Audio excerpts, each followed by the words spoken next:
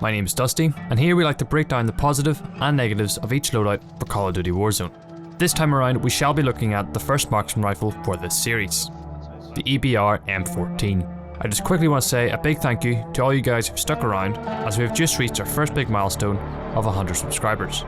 As always, if you enjoyed today's video, you can quickly let me know by dropping a like, and if you're new around here, consider subscribing for more future loadout guides. With that out of the way, let's discuss the EBR-14 more in depth. The EBR, or Enhanced Battle Rifle, is an American military design marksman rifle chambered for 7.62 cartridges. It is a variant of the M14 battle rifle and was originally built for use with American Special Forces such as the Navy SEALs. This semi-automatic marksman rifle is unlocked at base level 1 and can be modified to perform in various situations. It is perhaps one of the best marksman rifles, but we will have to wait and see, as I have not looked at the SKS yet, which I'm hearing is pretty powerful. With today's blueprint, we shall be looking at a variety of attachments to try and maximise control, but before we do that, let's look at the statistics of this marksman rifle. As usual, we can start off by looking at the base damage and time to kill. The EBR hits with 70 hit points to the torso, while the headshot bonus hits with a staggering 165 hit points. It has a base magazine size of 10 rounds, which can be upgraded, and has a rounds per minute of 265, making it one of the fastest marksman rifles in its category.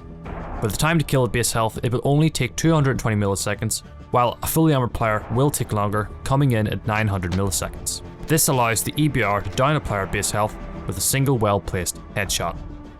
Moving on, we can discuss how we have this marksman rifle built for today's video. As for our muzzle, we have the tactical suppressor, which you can switch for the monolithic for extra range. For the barrel, we have the forged tack precision, either the sniper scope or a canted hybrid. This is entirely up to you and what suits your playstyle. FMJ for a perk, which I will discuss later. And lastly, the commando foregrip. Moving on to playstyle, there are a variety of things to bear in mind. While being a marksman rifle, I would not suggest combating other snipers who are using bolt action rifles. This failed miserably for me, so I would not suggest trying it.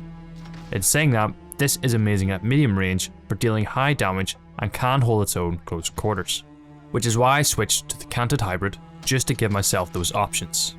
The kind of player I think who would benefit from a loadout like this is perhaps one who would be a support or a recon player who likes to hang back and defend his teammates from a distance. I was having some success downing players who were occupied with my teammates who were already applying pressure, as you can see in this clip. Things do get a little nerve-wracking the closer your opponent gets, so I would suggest either running overkill or picking up a second loadout to equip something like an SMG or an AR. For solos, I would recommend playing at a slower pace and picking off enemies from a distance, or perhaps dropping locations such as quarry or lumber where you can use that woodland area to sneak around without being detected. I should add that this is one of the reasons that I removed the sniper scope, as I was wanting to remain hidden without the scope's glare giving me away. As I was finding myself playing in more of these woodland areas, I placed FMJ as my 5th attachment to put pressure on players who would hide behind trees while trying to heal. Speaking of perks, let's discuss the pros and cons of the EBR-14. To start off, let's look at the pros. The EBR, as expected, comes in with an impressive damage, while also having a fast fire rate for a marksman rifle. Its recoil isn't too difficult to manage, making it effective at getting headshots to deal high amounts of damage. Unfortunately for its cons, ammo is an reoccurring problem.